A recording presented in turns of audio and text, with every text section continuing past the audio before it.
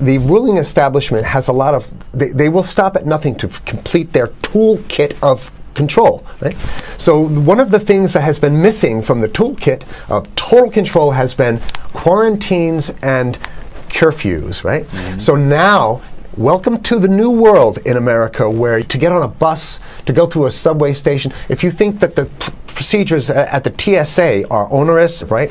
Guess this is coming to a bus depot near you. It's a more invasive way, and the ruling class needs this because, let me say, if the ruling class ever saw wide-scale civil unrest, you'd see an Ebola outbreak in America right away. Okay, so this is, what you see is that Ebola is another tool in the toolbox of the ruling class control. Yeah, to keep down absolutely, repression. Positively, 100%. This is a tool. Right. Ebola doesn't just magically start spreading. Mm-hmm. And then we have this doctors that come back here. The white people, of course, live. Mm-hmm. You know, the two whites who got it survived. All the black people that get it die. It's very possible that these one of these NGOs over there is going around with a veil of Ebola or spreading it from a small plane onto villages. The point is to get hundreds of thousands of people infected with it and create the next phase of control. Now, one of the things I'd like to show to back up my my claims here. Here's a document from the Rockefeller Foundation. Rockefeller Foundation, right there. You can zoom in on that, where my finger is. It's called Scenarios for the Future International Development, the Rockefeller Foundation. All right? Okay, let's take a look at what they're saying here. This is something like a 50, 60-page document. I'd like you to go to page 18, if you can look at this up on the internet, but I'll read it off to you. It's called lockstep, lockstep. And this is a phrase that I used right after 2001 when I saw the entire system of the United States, including the population, were in lockstep. So the Congress went along, and yes, it was Osama bin Laden, and the people waved their flag and said, I hate, hate, hate, hate, and everything was in lockstep. Well, in 2010, they published this, Rockefeller Foundation, and here's what they're saying. They're saying that they call it a scenario. These are scenario narratives, and they speak about it in the past tense. So they put out this scenario, lockstep. A world of tighter, top-down government control and more authoritarian leadership with limited innovation and growing citizen pushback. Okay, I'll read a little bit of it. In 2012, the pandemic that the world had been anticipating for years, nobody was anticipating a pandemic, finally hit. Unlike 2009's H1N1, this new influenza strain originating from wild geese, they use some scenario, but this is Ebola they're talking about. Ahead. Even the most pandemic-prepared nations were quickly overwhelmed when the virus streaked around the world, infecting nearly 20% of the global population and killing 8 million in just 7 months, the majority of them healthy young adults. The pandemic also had a deadly effect on economies. You can see the agenda. Just naked, raw, naked control agenda written down, and it's anybody's guess how this becomes effectuated in real life. So whether this is written specifically as marching orders or whether people take it upon themselves in the intelligence networks to say, okay, well, this has been produced, so this is the plan here. But these narratives have to be written in advance because the intelligence agencies don't know how to do these narratives. They need help. So these think tanks, they come up with these, like Rand Corporation, Rockefeller Foundation. These are think tanks of death. They're not the think tanks, they're not there to find great ways to help people. Right? Okay, the pandemic also had a deadly effect on economics. International mobility of both people and goods screeched to a halt. Which is what they want. They want a completely isolated world, right? Debilitating industries like tourism and breaking global supply chains. Well, of course they want tourism stopped because they're not in the tourism business, and they want you at home in your house in front of the TV. Then they got you because once you watch the TV, they own your soul. Even locally... Wait a second, we're on television. I mean commercial television, let's say. National. Even locally, normally bustling shops and offices sat empty for months. Okay, so I love how they talk about it in the past tense in 2010. Right?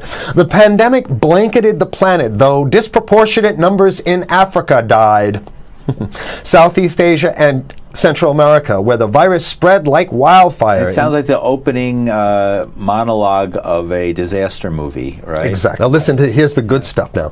But even in developed countries, containment was a challenge. Now here's this one. I love this one. The United States' initial policy of strongly discouraging, in quotation marks, strongly discouraging citizens from flying proved deadly in its leniency. So they're saying, that... No, keep going. Read it. Proved deadly in its leniency. So they should have been tougher, right?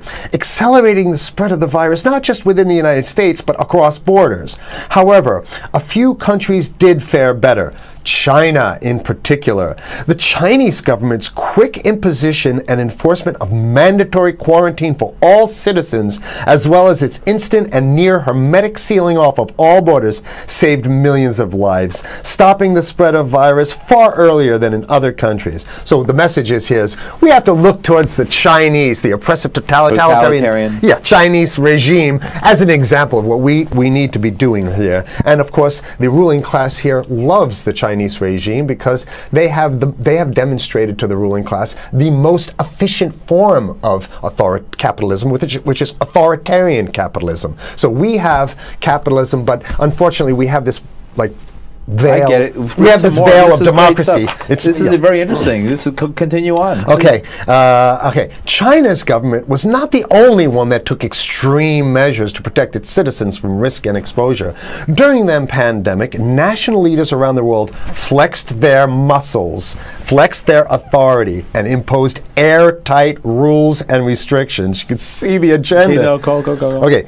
From the mandatory wearing of face masks to body temperature checks at the entries to communal spaces like that's what's happening right now. Yeah, but soon it's going to be like body. It'll be at the subway. Yeah, well, is that what you're saying? We'll be going through this in the sub to get on the buses and the subway, things like that. And what this means though is don't think about having a cigarette, a joint on you, or basically you can't. This is a dragnet for everything. So if in order for you in other words, just like with stop and frisk, this is ultimate stop and frisk. This is the ultimate cavity stop and frisk, cavity search kind of thing. All right, so during the pandemic, national leaders around the world flex their authority. Now there's some good stuff. Listen to this. And even supermarkets, they want body checks at supermarkets. Okay, so basically what they're saying is they're building a system where every move you make, you got to go through them. You can't get food. Well, how about if you go to the farmer's market? Right. Here's the good stuff now. I mean, it just keeps getting better. Even after the pandemic faded, this more authoritarian control and oversight of citizens and their activities stuck. And even intensified. That's the whole point. So they're going to get rid of... Did that happen already with 9/11? Of course. 9/11 was how many, 14 years ago? And we still have all these draconian rules. So they're going to put the body cavity USA searches Patriot and all that stuff. That's right. So in order to get to a supermarket, you got to have a body cavity search. And then when there's no more Ebola, well, you know what? We kind of like this way because we have an complete infrastructure of a control grid. In order to protect themselves from the spread of increasingly global problems, from pandemics and national terrorism to environmental crisis and rising poverty, leaders around the world took a firmer grip on power. Well, what the hell would rising poverty have anything to do with imposing strict citizen controls with face masks? Right? So they're very sloppy stuff here. At first, the notion of a more controlled world gained wide acceptance and approval. I'm sorry. Nobody likes this stuff. They're just saying it. No, I have to provide analysis. Only because we only have 5 minutes left, so that's. Oh my God. Okay. Citizens willingly gave up some of their sovereignty and their privacy to more paternalistic states in exchange for greater safety and stability. I mean, that's just a complete naked contradiction to the famous saying that if you think you're going to give up a little bit of security, I mean, if you're going to give up your freedom for security, you're going to get neither. That's the long-standing thing. And here what they're doing is they're not even ashamed or embarrassed to absolutely say the exact opposite. They're saying, yes, we all want to give up our privacy and sovereignty for more stability and security and stability. So you don't get that. When you give it up like that, you get the shaft. Can you show us the cover again of what you were just reading? One more time, and then I have two more documents. Right, this is what we were reading here, and just zoom in a little bit so folks can see it. He'll zoom in, don't worry, you can relax. All right. And scenarios for the future of technology and international development. Okay, now I have two more documents. Keep it zoomed. We have the National Security Memorandum of December 10th, 1974. This is Henry Kissinger's brainchild. The National Security Memorandum number 200. You can look that up on your internet. I'll summarize it. He says that there's too many people, we got to get rid of the population. So to answer your question. Oh, from earlier. Yeah, he says, he used the word depopulation, which is different. Depopulation means killing people that already exist, and it's to get the minerals, because we need the minerals. And here's another one.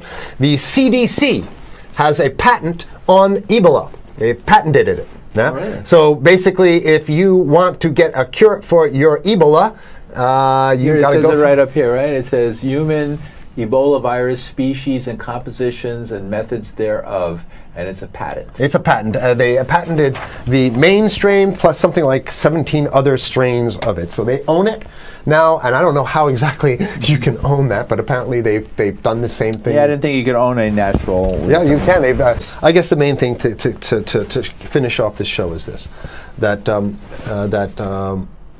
they want to get more control, more and it's going to be curfews and quarantines. So what I'm saying is that unless the American people start to get some new way to revolt, a new way to organize, new way to protest, unless we can break through the apathy, because that's what we have here, then it's going to be a slave state here. The ruling class doesn't seem to have too much resistance. They're getting everything on their Christmas shopping list, and they've been wanting quarantines and curfews for a long time. Now they got it. And if you want to live in a world where you're tricked into all this stuff because it's for your safety, right?